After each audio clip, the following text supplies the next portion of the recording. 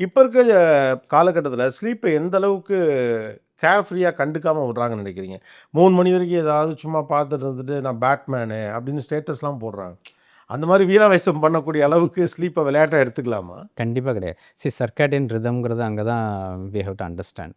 அதாவது அ நம்ம பாடி வந்து it's designed to sleep at night.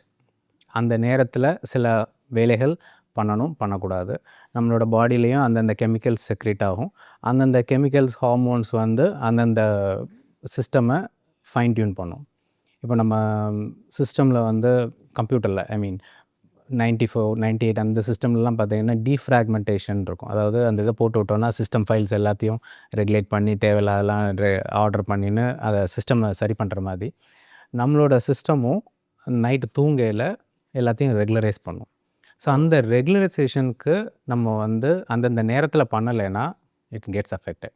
அதோட அஃபெக்ட் ஆனது வந்து அந்த நேரத்தில அவங்களுக்கு தெரியாது. ஃபியூ இயர்ஸ் லேட்டர் ஒன்ஸ் 40, 50ல பார்த்தீங்கன்னா, அவங்களுக்கு எல்லா பிரச்சனையும் வந்திருக்கும்.